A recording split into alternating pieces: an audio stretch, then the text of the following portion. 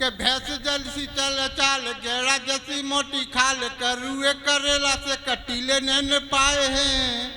हाथी सूढ़ जैसी नाक शोभनीय सूप कान ते जैसे गाल ले पाउडरी लगाए हैं। और सुअर से मोटे हटिए से प्रतीत होते माना जाने जिंदे ही मानव चबाए हैं। क्या बात और है? पत्नी की रूप को जो कविता सुनाई मित बेलना की चोट से ही दांत तोड़वाए। वाह वाह, स्वागत सुनाइए। हमने एक अपने पत्नी के सौंदर्य की कविता लिखी क्योंकि व्यंग का कवि था। मैंने अपनी पत्नी के सौंदर्य की रचना लिखी, पत्नी को सुनाई। सुनिए आप। स्वागत है, स्वागत। अगर मैं एक बात और कहता हूं, हमारे देश के राष्ट्रीय स्तर के संचालक जी हैं, सामने हमारे बड़े भाई अग्रवाल साहब बैठे हैं। आज तक सब शिक्षक हैं, कालिदास से अच्छी उपमाएं आज तक विश्व में किसी ने नहीं दी हैं। अगर ये मैं सही कह रहा हूं तो एक बार ताली हो जानी चाहिए। और मैं समझता हूं कि मुझसे भी अच्छी कोई किसी ने अब नए युग में किसी ने उपमा नहीं दी होंगी। सुनिए, मेरी पत्नी कितनी सुंदर है, मैं तो उसके सामने कुछ भी नहीं हूं, उसका पैर का धोबर नहीं हूं, ये समझ लीजिए आप। सुनिए कि भैंस जैसी चल चाल गेड़ा जैसी मोटी खाल करुए करेला से कटीले नैन पाए हैं। मैं अपनी पत्नी की सुंदरता का वर्णन कर रहा हूं, आपको खुशी क्यों हो रही है? और हो रही है तो अच्छी वाली होनी चाहिए। कि भैंस जैसी चल चाल गेड़ा जैसी मोटी खाल करुए करेला से कटीले नैन पाए हैं। और हाथी सूढ़ जैसी नाक शोभनीय सूप कान ते जैसे गाल ले पाउडरी लगाए। वाह।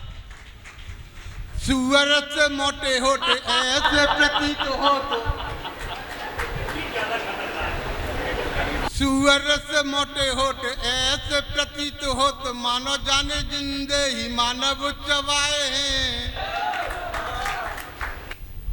ये जितने भी बच्चे जा रहे हैं, मेरा निवेदन है, अभी केवल 2-3 कवि हैं और जो हमें अभी आशीष सोनी जी और मुकेश मासूम जी को सुनना है, जो मुंबई से हमारे बीच आए हैं और फिल्मों में जो गीत लिखते हैं, इतने बड़े गीतकार हमारे बीच हैं। अगर उन्हें नहीं सुना आपने तो ज्ञान महाविद्यालय में कवि सम्मेलन होने का औचित्य नहीं होगा।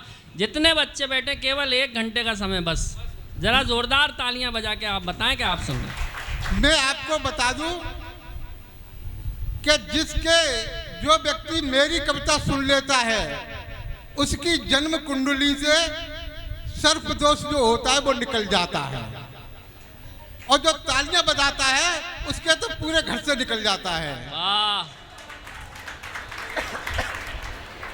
सुनिए एक बार पुनः कि भैंस जैसी चल चाल गेड़ा जैसी मोटी खाल करुए करेला से कटीले नैन पाए हैं।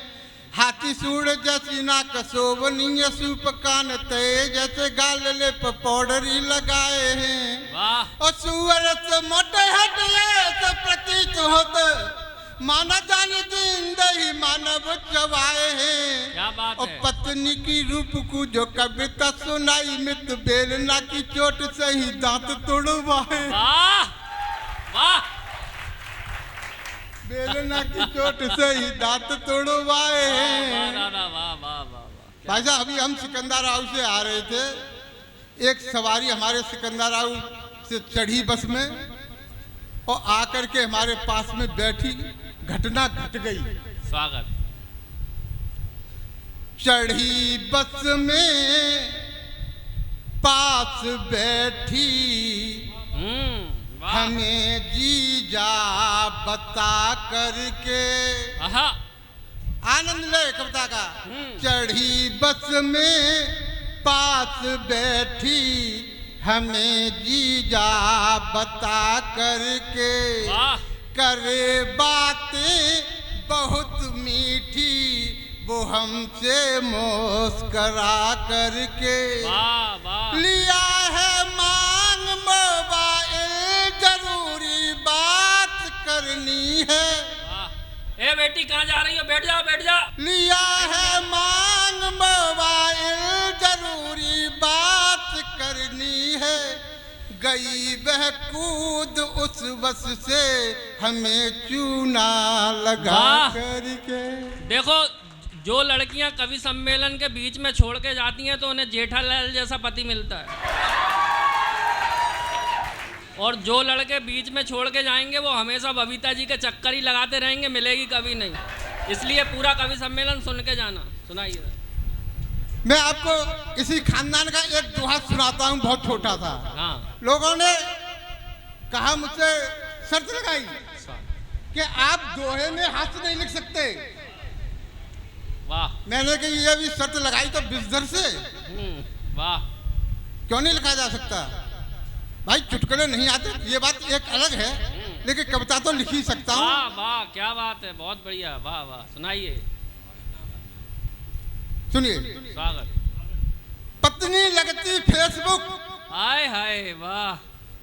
साली लगती फेसबुक, वाह। और साला इंस्टाग्राम। वाह, क्या बात है। तुम्हारे मतलब की बात है बच्चों, कि साली लगती फेसबुक और साला इंस्टाग्राम, और लगी सलेजी रील सी, हमको आठो आम। वाह वाह वाह। लगी सलेजी रील सी, हमको आठो आम। वाह। एक दोहा और सुनिए। स्वागत है। मैं छोटी छोटी नई नई चीजें सुना रहा हूँ आपको। कि पत्नी सपरेटा दही, हाय हाय। पत्नी सपरेटा दही, और लगती खट्टी खीर, आहा, वाह। और साली तो सबको लगे भैया मटर पनीर। वाह, क्या चरित्र चित्रण है खुद का। वाह, बहुत एक दोहा और देखे। स्वागत स्वागत। के यौवन में वायदा कियो, हाँ। यौवन में, जवानी में, हाँ। यौवन में वायदा कियो, और मिली बढ़ापे आए। वाह। यौवन में वायदा कियो, और मिली बढ़ापे आए, तन कांपे गर्दन हिले, अब काहे मुस्काए। वाह, क्या बात है। वाह, तन बहुत कांपे बढ़िया दादा। वाह। गर्दन हिले, अब काहे मुस्काए। और इसी के साथ में एक छोटा सा एक घनाक्षरी छंद और देता हूं, अंतिम। स्वागत स्वागत दादा।